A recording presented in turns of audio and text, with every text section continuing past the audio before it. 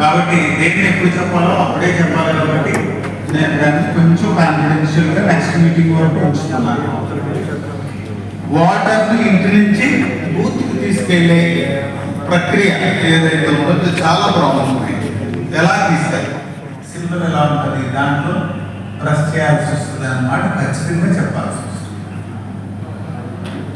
అదే 11వ తారీఖు ఈ తటస్థులపై దృష్టి పెట్టుకుంటారు. 12 సాయంత్రం నుంచి కూడా దృష్టి పెట్టాలి. వీళ్ళు అటు ఇటు ఏం చేయాలా, ఎవరు పెద్దామా అని అనుకుంటుంటారు. వాళ్ళని కనుక మానిటర్ చేయగలిగితే మనకు పదం. ఇది దృష్టి పెట్టండి. లాస్ట్గా ఒక రిపోర్ట్ ఇవ్వాలి.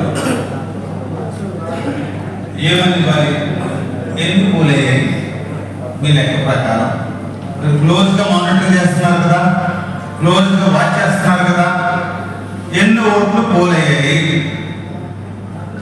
అంచనా మనకి ఎన్ని వస్తాయి మీ దృష్టిలో? ఇది ఒక అంచనా. అంచనా అయ్యే తర్వాత కరెక్ట్ కాదు నాకు తెలుసు, కానీ మనకు ఒక అంచనా ఉండాలి.